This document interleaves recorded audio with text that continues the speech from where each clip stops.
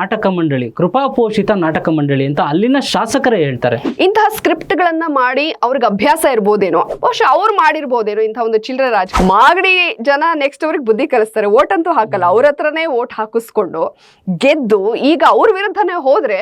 Yes ma'am, ಈಗ ನಾನು screen ಅಲ್ಲಿ ಒಂದು ವಿಡಿಯೋ ತೋರಿಸ್ತಾ ಇದೀನಿ, ಏನು ಪೊರ್ಕೆ ಸೇವೆ ಮಾಡಿದ್ರು ಅನ್ನೋದಕ್ಕೆ. ಅದು ಆ ಘಟನೆ ಆಗಿದ್ದು ಏನು ಕುಮಾರಸ್ವಾಮಿ ಅವರ ನಾಟಕ ಮಂಡಳಿ, ಕೃಪಾಪೋಷಿತ ನಾಟಕ ಮಂಡಳಿ ಅಂತ ಅಲ್ಲಿನ ಶಾಸಕರೇ ಹೇಳ್ತಾರೆ. ನಿಜವಾಗ್ಲೂ ಇದು ಕುಮ್ಮಕ್ಕು ರಾಜಕೀಯ ಪ್ರೇರಿತ ಘಟನೆನಾ ಇದು? ಖಂಡಿತ ಇಲ್ಲ ಸರ್, ಯಾಕಂದ್ರೆ ಸತ್ಯ ನಾನು ಹೇಳಿದಾಗ ಎಲ್ಲರ ಕಣ್ಮುಂದೆ ಇದೆ. ಸಡನ್ ಆಗಿ ಅಧಿಕಾರಿಗಳು ಅವತ್ತಿನ ದಿವಸ ಸರ್ವೆಗೆ ಅಂತ ಹೋಗ್ತಾರೆ. ಒಂದ್ ಕಡೆ ರೈತರನ್ನ ವಿಶ್ವಾಸಕ್ಕೆ ತಗೊಳ್ಳೋದಕ್ಕೆ, ಇಲ್ಲ ನಾವು ಸರ್ವೆ ನಿಮ್ದು ಮಾಡೋದಿಲ್ಲ ಅಂತ ಹೇಳಿ ಇವ್ರನ್ನ ಮಾತಾಡ್ಸೋ ತರ ನಾಟಕ ಮಾಡಿ ಏಕಾಏಕಿ ಇನ್ನೊಂದ್ ಕಡೆ ಹೋಗಿ ಸರ್ವೆ ಮಾಡೋದಕ್ಕೆ ಮುಂದಾದಾಗ ಅವ್ರು ತಮ್ಮ ಜಮೀನನ್ನ ಉಳಿಸ್ಕೊಳ್ಳೋದಕ್ಕೆ ಆ ಕ್ಷಣದಲ್ಲಿ ಅವರು ರಿಯಾಕ್ಟ್ ಮಾಡಿರೋದೇ ವಿನಃ ಇದು ಯಾವುದೋ ಪ್ರೀ ಪ್ಲಾನ್ಡ್ ಸ್ಕ್ರಿಪ್ಟ್ ಅಲ್ಲ. ಬಹುಶಃ ಈ ಹೇಳಿಕೆಯನ್ನ ಯಾರು ಕೊಟ್ಟಿದ್ದಾರೆ, ಮಾನ್ಯ ಶಾಸಕರಾದಂತಹ ಬಾಲಕೃಷ್ಣ ಅವರು, ಮಾಗಡಿ ಶಾಸಕರಾದಂತಹ ಬಾಲಕೃಷ್ಣ ಅವರು ಇಂತಹ ಸ್ಕ್ರಿಪ್ಟ್ ಗಳನ್ನ ಮಾಡಿ ಅವ್ರಿಗೆ ಅಭ್ಯಾಸ ಇರ್ಬೋದೇನೋ, ಅದಕ್ಕೋಸ್ಕರ ಅವರು ಆ ಒಂದು ಸ್ಟೇಟ್ಮೆಂಟ್ ಅನ್ನು ಕೊಟ್ಟಿದ್ದಾರೆ ವಿನಃ ಆ ಸಂದರ್ಭದಲ್ಲಿ ಆ ಇನ್ಸಿಡೆಂಟ್ ಏನಾಯ್ತು ಅದಕ್ಕೆ ಅವರು ಆ ಕ್ಷಣಕ್ಕೆ ಅವರು ರಿಯಾಕ್ಟ್ ಮಾಡಿರೋದು ವಿನಃ ಇದು ಯಾವುದು ಕೂಡ ಪ್ರೀ ಪ್ಲಾನ್ಡ್ ಅಲ್ಲ. ಪ್ರೀ ಪ್ಲಾನ್ ಮಾಡೋ ಅಂತ ಒಂದು ಕೀಳ್ಮಟ್ಟದ ರಾಜಕಾರಣವನ್ನ ಕುಮಾರಣ್ಣ ಮಾಡಿಲ್ಲ. ಯಾಕಂದ್ರೆ ಬಿಡದಿ ರೈತರ ಪರವಾಗಿ ಡೇ ಒನ್ನಿಂದ ಅವರು ಹೋರಾಟ ಮಾಡ್ತಾ ಇದ್ದಾರೆ, ಕಾನೂನು ಹೋರಾಟಕ್ಕೂ ಕೂಡ ಅವರು ಸಿದ್ಧತೆಯನ್ನ ನಡೆಸಿರುವಾಗ ಇಂತಹ ಒಂದು ಒಂಥರ ಅದನ್ನ ಚಿಲ್ಲರೆ ರಾಜಕಾರಣ ಅಂತ ಕರಿಬಹುದು ಲೋಕಲ್ ಲ್ಯಾಂಗ್ವೇಜ್ ನಲ್ಲಿ. ಇಂಥ ಚಿಲ್ಲರೆ ರಾಜಕಾರಣ ಮಾಡುವಂಥ ಒಂದು ವ್ಯವಧಾನ ನಮ್ಮ ಪಕ್ಷದ ಕುಮಾರಣ್ಣಂಗಾಗ್ಲಿ ಅಥವಾ ಯಾವ ನಾಯಕರಿಗೂ ಇಲ್ಲ. ಬಹುಶಃ ಯಾರು ಅದನ್ನ ಹೇಳಿದ್ದಾರೆ ಅವ್ರು ಮಾಡ್ಕೊಂಡು ಬಂದಿದ್ದಾರೆ ಅಂತ ಕಾಣಿಸುತ್ತೆ. ಅವ್ರಿಗೆ ಅಭ್ಯಾಸ ಇರೋದ್ರಿಂದ ಅವ್ರು ಆ ರೀತಿ ಹೇಳಿರ್ಬೋದು. ಯಾಕಂದ್ರೆ ನಾವ್ ಹೇಗೋ ನಮ್ಮ ಬಾಯಿಂದ ಅದೇ ಮಾತುಗಳು ಬರುತ್ತೆ, ಅಥವಾ ನಾವು ಯಾವ ರೀತಿ ನಡ್ಕೋತೀವೋ ಅದೇ ವಿಚಾರಧಾರೆಗಳು ನಮ್ಮ ಬಾಯಿಂದ ಬರೋದು. ಬಹುಶಃ ಅವ್ರು ಮಾಡಿರ್ಬೋದೇನೋ ಇಂಥ ಒಂದು ಚಿಲ್ಲರೆ ರಾಜಕಾರಣ, ಹಾಗಾಗಿ ಅವ್ರು ಆ ಸ್ಟೇಟ್ಮೆಂಟ್ ಕೊಟ್ಟಿರ್ಬೋದು. S S. ಈಗ ನಾನು ಮತ್ತೆ 80% ಹೋಗ್ತೀನಿ, ಯಾರು ಪರ ಇದ್ದಾರೆ ರೈತರು ಇದ್ದಾರೆ ಅಂತ. ಈಗ 20ಕ್ಕೂ ಹೆಚ್ಚು ರೈತರ ಮೇಲೆ FIR ದಾಖಲಾಗ್ತಿದೆ. ಇದೇ ಘಟನೆ ಪೊರ್ಕೆ ಅಧಿಕಾರಿಗಳನ್ನ ತಡೆದಿದ್ದಕ್ಕೆ ಆಗಲಿ, ಆ FIRಗಳು ರೈತರನ್ನ ಅವರ ಕಾನ್ಫಿಡೆನ್ಸ್ ನ ಕುಗ್ಸೋದು, ಮತ್ತೆ ಆ ಪರ್ಸೆಂಟೇಜ್ ಹೇಳಿದ್ನಲ್ಲ 20% ರೈತರು ಕೊಡಲ್ಲ, ಕೊಡ್ತೀವಿ ಅಂತಿರೋರು 80% ಕೊಡಲ್ಲ ಅಂತಿರೋರು, ಈ ಪರ್ಸೆಂಟೇಜ್ ನ ಈ FIRಗಳು ಸರಿ ಮಾಡ್ತಾವ? ರೈತರನ್ನ ಕುಗ್ಸೋಕ್ ಸಾಧ್ಯನಾ ಬಿಡದಿ ರೈತರಲ್ಲಿ? ಸೊ ರೈತರ ಮೇಲೆ ಏನು FIR ಆಗಿದೆ ಅದು ನಮ್ಮ ಪ್ರಸಕ್ತ ರಾಜ್ಯ ಸರ್ಕಾರದ ದಬ್ಬಾಳಿಕೆಗೆ, ದೌರ್ಜನ್ಯಕ್ಕೆ ಹಿಡಿದಂತಹ ಕೈಗನ್ನಡಿ ಇದು. ಯಾಕಂದ್ರೆ ನಮ್ಮ ರೈತರ ಮೇಲೆ ಈ ರೀತಿಯಾಗಿ ಇದನ್ನ ನಾನು ಬೇಕಾದ್ರೆ ಸ್ಕ್ರಿಪ್ಟೆಡ್ ಅಂತ ಹೇಳ್ತೀನಿ. ಯಾಕಂದ್ರೆ ಒಬ್ಬ ಡ್ರೈವರ್ ಇನೋವಾ ಡ್ರೈವರ್ ಏನೋ FIR ಹಾಕಿರೋದು, ಇನ್ನೊಬ್ಬ ಪೊಲೀಸ್, ಓಕೆ, ಅದೆಲ್ಲವೂ ಕೂಡ ಸ್ಕ್ರಿಪ್ಟೆಡ್ ರೀತಿ ಕಾಣುತ್ತೆ. ಯಾಕಂದ್ರೆ ನಮ್ಮ ಮಾನ್ಯ ಕುಮಾರಣ್ಣ ಅವರೇ ಮಾತಾಡ್ತಾ ಇದ್ರು, ಅಲ್ಲಿ ಕೆಲವು ಹೆಣ್ಣುಮಕ್ಳ ಮೇಲೂ ಕೂಡ FIR ಆಗಿದೆ. ಅವ್ರ ಹೆಸರೇನು, ಅವ್ರ ಅಡ್ರೆಸ್ ಏನು, ಯಾರು ಬಂದು ಹೇಳ್ತಾರೆ? ಅಲ್ಲಿ ಅವರು ಯಾರು ಇದಕ್ಕೆ ಕುಮ್ಮಕ್ಕನ್ನ ಕೊಡ್ತಾ ಇದಾರೋ ಅವ್ರು ಹೇಳಿದ್ರೆ ತಾನೇ ಅವರ ಹೆಸರು ಡೀಟೇಲ್ಸ್ ಎಲ್ಲ ಗೊತ್ತಾಗೋದು. ಸೊ ಇದು ಏನಿದೆ ಕೃಪಾಪೋಷಿತ ನಾಟಕ ಮಂಡಳಿ ಅಂತ ಏನ್ ಹೇಳಿದ್ರು, ಅದರ ಭಾಗವಾಗಿ ಈ FIR ಕಾಣಿಸ್ತಾ ಇದೆಯೇ ವಿನಃ ಕುಮಾರಣ್ಣನ ಹೋರಾಟ ಆಗ್ಲಿ ಮತ್ತೊಂದಾಗ್ಲಿ ಯಾವುದೂ ಅಲ್ಲ.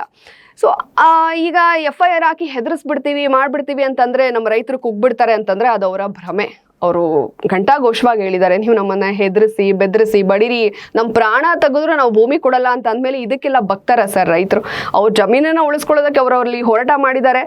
ಈ ರಾಜ್ಯ ಸರ್ಕಾರದ ಕುಮ್ಮಕ್ಕು ಇರೋದು ಅದರಲ್ಲಿ ಎದ್ದು ಕಾಣಿಸ್ತಾ ಇದೆ. ಇವ್ರ ಮೇಲೆ ಏನೋ FIR ಹಾಕ್ಬಿಟ್ರೆ ಹೆದ್ರು ಬಿಡ್ತಾರೆ, ಹಿಂದೆ ಸರಿದು ಬಿಡ್ತಾರೆ, ಅಥವಾ ಬೇರೆ ಬೇರೆ ಏನು ರೈತ ಸಂಘಟನೆಗಳು ಬಂದು ಅವರಿಗೆ ಸಾಥ್ ಕೊಡ್ತಾ ಇದ್ದೇವೋ ಅವರೆಲ್ಲರಿಗೂ ಕೂಡ ಒಂದು ಭಯ, ಒಂದು ಭಯೋತ್ಪಾದನೆ ಅಂತಾನೆ ಹೇಳ್ಬೋದು. ಭಯ ಹುಟ್ಟಿಸಿ ಹಿಂದೆ ಸರಿಸುವಂತ ಒಂದು ಪ್ರಯತ್ನ ಏನು ರಾಜ್ಯ ಸರ್ಕಾರ ಮಾಡ್ತಾ ಇದೆ ಅದು ಖಂಡಿತ ವಿಫಲವಾಗುತ್ತೆ. ನಮ್ಮ ರೈತರು ಇಂಥದಕ್ಕೆಲ್ಲ ಬಗ್ಗಲ್ಲ ಸರ್. ಯಾಕಂದ್ರೆ ನಾನು ಮಾತಾಡ್ಸಿದೀನಿ, ಬಿಡದಿಗೆ ಹೋಗಿ ಮಾತಾಡಿದಾಗ ಅವರಲ್ಲಿರುವಂತಹ ಕೆಚ್ಚದೆಯ ಹೋರಾಟಗಾರರು ಅಲ್ಲಿದ್ದಾರೆ ಸರ್. ಅಲ್ಲಿ ಹೆಣ್ಮಕ್ಳಿರ್ಬೋದು ಗಂಡು ಮಕ್ಳಿರ್ಬೋದು, ಅವ್ರಿಗೆ ಆ ಸ್ವಾಭಿಮಾನ ಇದೆಯಲ್ಲ, ಆ ಶ್ರಮ ಸ್ವಾಭಿಮಾನ ಅವರಲ್ಲಿ ಆ ಕಿಚ್ಚನ್ನ ತಂದಿಟ್ಟಿದೆ. ಹಾಗಾಗಿ ಈ ವಿಚಾರಕ್ಕೆಲ್ಲ ಅವರು ಹೆದರಿ ಹಿಂದೆ ಸರಿಯುವಂತ ಪ್ರಮೇಯ ಬರೋದೇ ಇಲ್ಲ. ಎಸ್, ಬಿಡದಿಯಲ್ಲಿ ನೀವು ಪಾದಯಾತ್ರೆ ನಡೆಸಿದ್ರಿ. ಅಲ್ಲಿ ನಡೆಸ್ಬೇಕಾದ್ರೆ ಅಲ್ಲಿನ ಮಹಿಳೆಯರು ನಿಮ್ ಜೊತೆ ಸುಮಾರು ಜನ ಮಾತಾಡಿದ್ದಾರೆ, ಪ್ಲಸ್ ಅವ್ರ ಜೊತೆ ಊಟ ಕೂಡ ಮಾಡಿದಿರಿ ನೀವು ಕೂಡ.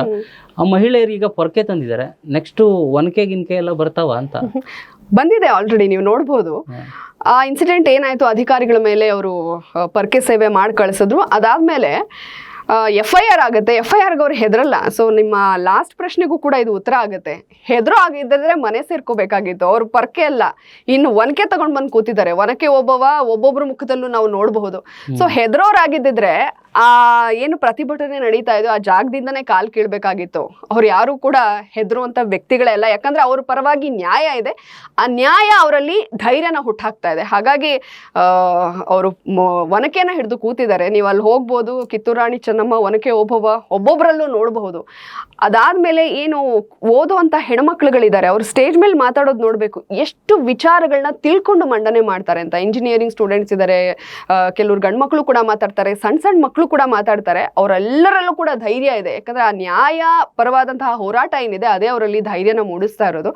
ಪ್ರತಿಯೊಬ್ರು ಕೂಡ ವಿಚಾರಗಳನ್ನ ತಿಳ್ಕೊಂಡು ಮಾತಾಡ್ತಾ ಇದ್ದಾರೆ. ಕೈಯಲ್ಲಿ ಒನಕೆ ಏನ್ ಸರ್, ಬಾಯಲ್ಲೇ ಇಟ್ಕೊಂಡಿದ್ದಾರೆ. ಅವರು ಒಂದೊಂದು ಮಾತುಗಳು ಬುಲೆಟ್ ರೀತಿ ಬರುತ್ತೆ. ಬಹುಶಃ ಅದನ್ನೆಲ್ಲ ಕೇಳ್ಬಿಟ್ರೆ ಮಾನ್ಯ ಮುಖ್ಯಮಂತ್ರಿಗಳು ಈ GBIT ಏನು ಗ್ರೇಟರ್ ಬೆಂಗಳೂರು ಇಂಟಿಗ್ರೇಟೆಡ್ ಟೌನ್ಶಿಪ್ ಇಂದ ಅವ್ರ ಹಿಂದೆ ಸರ್ ಬಿಡ್ತಾರೇನೋ. ಬಹುಶಃ ಅವರು ಬ್ಯುಸಿ ಆಗಿರ್ತಾರೆ, ಪ್ರತಿಯೊಬ್ಬರ ಸ್ಟೇಟ್ಮೆಂಟ್ಗಳನ್ನ ನೋಡೋದಕ್ಕೆ ಆಗಲ್ಲ ಅನ್ಸುತ್ತೆ. ಅದನ್ನ ಮಾಗಡಿ ಶಾಸಕರಾದಂತಹ ಬಾಲಕೃಷ್ಣ ಅವರು ಗಮನಿಸೇ ಇರ್ತಾರೆ. ಆದ್ರೂ ಕೂಡ ಅವರು ಡಿಫೆಂಡ್ ಮಾಡುವಂತಹ ಕೆಲಸನ ಮಾಡ್ತಾನೆ ಇದ್ದಾರೆ, ಯಾಕಂದ್ರೆ ಅದು ಮುಖ್ಯಮಂತ್ರಿಗಳಿಂದ ಅವ್ರಿಗೆ ಆ ಸೂಚನೆ ಬಂದಿರುತ್ತೆ, ಮಾಡಲೇಬೇಕು. ಜೊತೆಗೆ ಕೆಲವು ಮಾಧ್ಯಮದವ್ರು ನಮಗೆ ಹೇಳ್ತಾ ಇದ್ರು, ಮೇಲ್ನೋಟಕ್ಕೆ ಅವ್ರು ಏನೇ ಮಾತಾಡಿದ್ರು ಮಾಧ್ಯಮದವ್ರ ಹತ್ರ ಹೇಳ್ತಾರಂತೆ, ನಾನು ಆ ಕಡೆಗೂ ಇಲ್ಲ ಈ ಕಡೆಗೂ ಇಲ್ಲ, ಸಿಕ್ಕಾಕೊಂಡು ಒದ್ದಾಡ್ತಾ ಇದ್ದೀನಿ. ಯಾಕಂದ್ರೆ ಮಾಗಡಿ ಜನ ನೆಕ್ಸ್ಟ್ ಅವ್ರಿಗೆ ಬುದ್ಧಿ ಕಲಿಸ್ತಾರೆ, ಓಟ್ ಅಂತೂ ಹಾಕಲ್ಲ, ಅವ್ರ ಹತ್ರನೇ ಓಟ್ ಹಾಕಿಸ್ಕೊಂಡು ಗೆದ್ದು ಈಗ ಅವ್ರ ವಿರುದ್ಧನೇ ಹೋದ್ರೆ ಮುಂದೆ ಅದು ಏನಾಗುತ್ತೆ, ಅದರ ಒಂದು ಎಫೆಕ್ಟ್ ಏನಾಗುತ್ತೆ ಅನ್ನೋದು ಖಂಡಿತ ಅವ್ರ ಅರ್ಥ ಇರ್ತಾರೆ ಮಾಗಡಿ ಶಾಸಕರಾದಂತಹ ಬಾಲಕೃಷ್ಣ ಅವರು. ಈ ಕಡೆ ಮುಖ್ಯಮಂತ್ರಿಗಳ ಮಾತನ್ನ ಕೇಳಬೇಕು, ಈಗ ಬೇರೆ ಸಂಪುಟ ವಿಸ್ತರಣೆ ಬೇರೆ ಇದೆ, ಅಲ್ಲಿ ಸೇರ್ಕೋಬೇಕು. ಅಥವಾ ನಾಳೆ ದಿನ ನನ್ನ ಗೆಲ್ಸೋದೇ ಇಲ್ಲ, ಶಾಸಕನೇ ನಾನು ಆಗಲ್ವಲ್ಲ, ನಮ್ಮ ಬಿಡದಿ ಜನನ ಎದುರಾಕೊಂಡ್ರೆ ಅಂತ ಹೇಳಿ ಆ ಒಂದು ತ್ರಿಶಂಕು ಸ್ಥಿತಿಯನ್ನ ತಲುಪಿದ್ದಾರೆ. ಅದು ನನಗೆ ಕೆಲವು ಮಾಧ್ಯಮದವ್ರು ಹೇಳಿದ್ರು, ಮಧ್ಯದಲ್ಲಿ ಸಿಕ್ಕಾಕೊಂಡು ಒದ್ದಾಡ್ತಾ ಇದಾರೆ ಅಂತ. ಮೇಲ್ನೋಟಕ್ಕೆ ಅವರು ರೋಷಾವೇಶದ ಹೇಳಿಕೆಗಳನ್ನ ಏನೇ ಕೊಡ್ತಾ ಇರ್ಬೋದು, ಒಳಗಡೆ ಅವ್ರಿಗೂ ಒಂದು ಗಿಲ್ಟ್ ಅಂತ ಇದ್ದೇ ಇರುತ್ತಲ್ವ ಸರ್ ಮನುಷ್ಯನಿಗೆ. ಇವ್ರ ಹತ್ರ ನಾನು ಹೋಗಿ ಓಟ್ ಹಾಕಿಸ್ಕೊಂಡು ಬಿಡದಿ ಜನರ ಹತ್ರ, ಬಿಡದಿ ಭಾಗದ ರೈತರ ಹೇಳ್ತಾರೆ, ಹೆಂಡತಿಯ ತಾಳಿಯನ್ನ ತೋರಿಸಿ, ಅವರೇನೋ ಲಾಸ್ಟ್ ಸೋಲ್ಸ್ಬಿಟ್ರಿ ನಮ್ಮನ್ನ ಅಂತ ಹೇಳಿ ಅವರ ಧರ್ಮ ಪತ್ನಿ ತಾಳಿಯನ್ನ ತೋರಿಸ್ಕೊಂಡು ಮತವನ್ನ ಕೇಳಿ ಅದಕ್ಕೆ ಮಾಡಿದಂತಹ ಬಿಡದಿ ರೈತರು ಅವ್ರಿಗೆಲ್ಲರಿಗೂ ಓಟನ್ನ ಹಾಕಿ ಅವ್ರು ಗೆದ್ದಿರೋದು. ಒಬ್ಬ ಮನುಷ್ಯ ಅಥವಾ ನಾನೇ ಸರ್, ನಾನು ಏನಾದರೂ ಒಂದು ತಪ್ಪನ್ನ ಮಾಡಿದಾಗ ಗಿಲ್ಟ್ ಆಗೇ ಆಗುತ್ತೆ. ನಾನು ಮನುಷ್ಯಳಾದರೆ ಖಂಡಿತ ಗಿಲ್ಟ್ ಆಗುತ್ತೆ. ಆ ಗಿಲ್ಟ್ ಖಂಡಿತ ಎಲ್ಲೋ ಒಂದು ಮೂಲೆಯಲ್ಲಿ ಅವ್ರಿಗಿರುತ್ತೆ, ಬಟ್ ಅವ್ರಿಗೆ ಮಾತಾಡೋಕ್ಕಾಗ್ತಾ ಇಲ್ಲ, ಬಿಡೋಕ್ಕಾಗ್ತಾ ಇಲ್ಲ. ಆ ತ್ರಿಶಂಕು ಸ್ಥಿತಿಯಲ್ಲಿ ಒದ್ದಾಡ್ತಾ ಇದ್ದಾರೆ ಅನ್ನೋದು ಕೆಲವು ಮಾಧ್ಯಮದವ್ರು ನನಗೆ ಹೇಳಿದ್ರು. ಅವ್ರ ಹತ್ರ ಅವ್ರೇನೋ ಅಳಲು ತೋಡ್ಕೊಂಡಿದ್ರಂತೆ. ಮೇಲ್ನೋಟಕ್ಕೆ ಯಾರೇನೇ ಹೇಳಿಕೆಗಳನ್ನು ಕೊಡ್ಬೋದು, ಅವ್ರಿಗೊಂದು ಸೂಚನೆ ಇರುತ್ತೆ, ಆ ಕೆಲಸನ ಅವ್ರು ಮಾಡ್ತಾ ಇರ್ಬೋದು. ಆದರೆ ಅವ್ರಿಗೆ ಏನು ಮಾಡ್ತಾ ಇದ್ದಾರೆ ಅದೆಲ್ಲವೂ ಕೂಡ ತಪ್ಪು. ಮಾಧ್ಯಮದವರು ಪ್ರಶ್ನೆ ಮಾಡಲಿ ಅಥವಾ ನಾವುಗಳು ಪ್ರಶ್ನೆ ಮಾಡಲಿ, ಯಾವುದಕ್ಕೂ ತಲೆ ಕೆಡಿಸ್ಕೊಳ್ಳದೆ ತಮ್ಮ ಏನಿದೆ ಆ ದೌರ್ಜನ್ಯ ದಬ್ಬಾಳಿಕೆನ ಮುಂದುವರಿಸ್ತಾ ಇದ್ದಾರಲ್ಲ, ಅದು ನಿಜಕ್ಕೂ ಕೂಡ ಖಂಡನೀಯ. 2028ರಲ್ಲಿ ರಾಜ್ಯದ ಜನನೇ ಅವ್ರಿಗೆ ಬುದ್ಧಿ ಕಲಿಸ್ತಾರೆ. Yes ma'am. ಈಗ 487 ದಿನಗಳ ಹೋರಾಟ ಒಂದು ಹಂತ, ಇನ್ಮೇಲೆ ಇದೆಯಲ್ಲ ಇದು ನಿಜವಾಗ್ಲೂ ಇನ್ನೊಂದು ಹಂತಕ್ಕೆ ಹೋಗ್ತಾ ಇದೆ ಬಿಡದಿ ಟೌನ್ಶಿಪ್. ನೀವು ಒಂದು JDS ನ ಹೋರಾಟದ ಪ್ರತಿ ಹಂತದಲ್ಲೂ ನೀವು ಭಾಗಿಯಾಗ್ತಾ ಇದ್ದೀರಾ. ಇನ್ನು ಮುಂದಿನ ಹೋರಾಟ ಏನು JDS ಪಕ್ಷದ್ದು? ಒಂದು ಸರ್, ನಾನು ಇದನ್ನ ಹಿಂದೆ ಕೂಡ ಹೇಳಿದ್ದೆ, ಈಗ ಹಲವಾರು ಅಸ್ತ್ರಗಳನ್ನು ಪ್ರಯೋಗ ಮಾಡಿದ್ದಾಯಿತು, ಎಲ್ಲೋ ಒಂದು ಕಡೆ ಅದು ಫಲ ಕೊಡ್ತಾ ಇಲ್ಲ, ಮುಖ್ಯಮಂತ್ರಿಗಳ ಹಠ ಬಿಡ್ತಾ ಇಲ್ಲ. ಸೊ ಅದೆಲ್ಲೋ ಒಂದು ವಿಫಲ ಆದಾಗ ನಮ್ಮ ಬಳಿ ಇರುವಂತಹ ಬ್ರಹ್ಮಾಸ್ತ್ರನೇ ನಮ್ಮ ಮಾಜಿ ಪ್ರಧಾನಿಗಳಾದಂತಹ ಸನ್ಮಾನ್ಯ ಮಣ್ಣಿನ ಮಗ ದೇವೇಗೌಡ ಅಪ್ಪಾಜಿ ಅವರು. ಅದೇ ದೇವೇಗೌಡರು ಕೂಡ FIR ದಾಖಲಾದ ಮೇಲೇನೆ ಪ್ರೆಸ್ ಮೀಟ್ ಮಾಡಿರೋದು, ಅಖಾಡಕ್ಕೆ ಬಂದಿರೋದು ಅಂತ.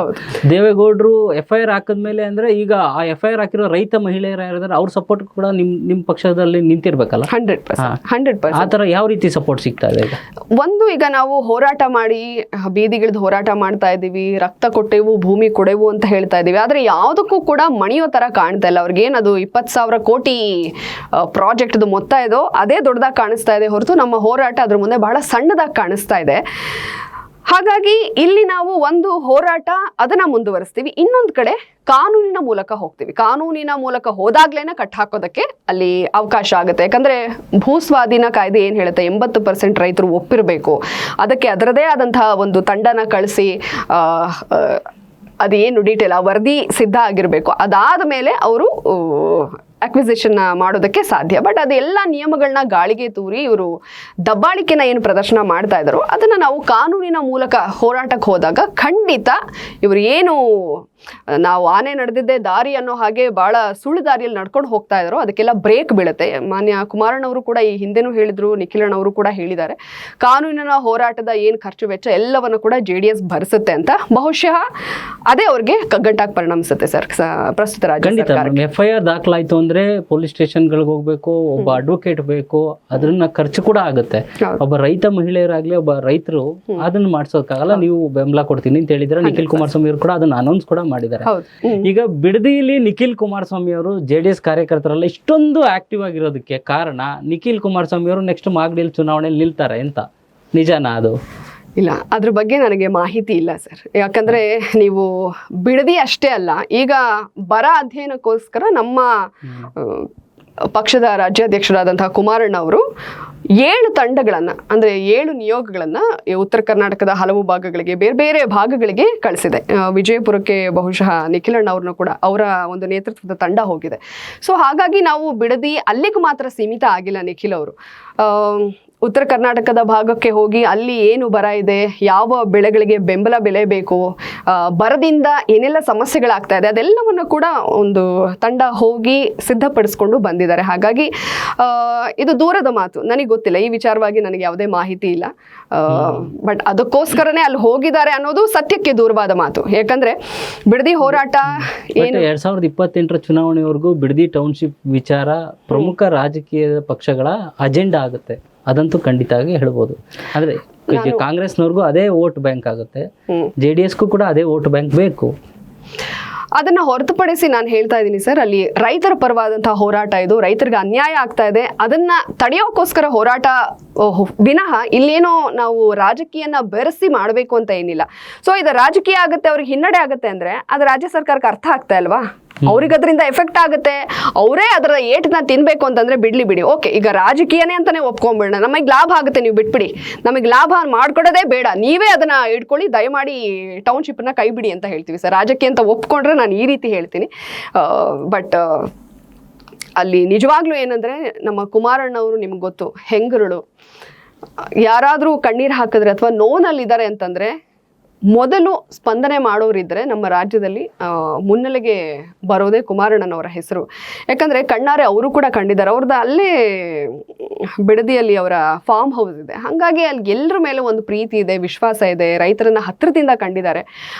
ಅದು ಕೂಡ ನಾವೇನು ರಾಜಕೀಯ ಪ್ರೇರಿತ ಹೋರಾಟ ಅಂತ ನೀವು ಏನು ವಿಶ್ಲೇಷಣೆ ಮಾಡಿದ್ರೋ, ಮೊದಲಿಗೆ ರೈತರೇ ಬಂದು ಕುಮಾರಣ್ಣನ ಕೇಳ್ಕೊಂಡಿರೋದು, ದಯಮಾಡಿ ನೀವು ಬರಬೇಕು, ನಮ್ಮ ಜೊತೆ ನಿಲ್ಲಬೇಕು ಅಂತ. ಅವಾಗ ಕುಮಾರಣ್ಣ ಅವ್ರಿಗೆ ಹೇಳ್ತಾರೆ, ಇಲ್ಲ ನೀವು ನಿಮ್ಮ ನಿಲುವಿಗೆ ಬದ್ಧವಾಗಿರ್ತೀರಾ, ಯಾಕಂದರೆ ಅವ್ರೇನಾದರೂ ಪ್ರಯತ್ನ ಮಾಡಿದಾಗ ನೀವು ಆ ಕಡೆ ಹೋಗ್ಬಿಟ್ರೆ ನಾವು ಸ್ಟಾರ್ಟ್ ಮಾಡಿ ಹೋರಾಟ ಕೂಡ ಅದಕ್ಕೆ ಯಾವುದೇ ಒಂದು ಬೆಲೆ ಸಿಗೋದಿಲ್ಲ, ನೀವು ಗಟ್ಟಿಯಾಗಿ ನಿಂತರೆ ನಾನು ನಿಮ್ಮ ಜೊತೆ ಗಟ್ಟಿಯಾಗಿ ನಿಲ್ತೀನಿ ಅಂತ ಅವಾಗ ಶುರುವಾಗದೆ ವಿನಃ ನಾವೇನೋ ಹುಡ್ಕೊಂಡು ಹೋಗಿ ಇಲ್ಲಿ ರಾಜಕೀಯ ಬೆರೆಸ್ಬೇಕು, ರಾಜಕೀಯ ಬೇಳೆ ಬೇಯಿಸ್ಕೊಳ್ಬೇಕು ಅಂತ ಹೇಳಿ ನಾವು ಹೋಗಿದ್ದಲ್ಲ.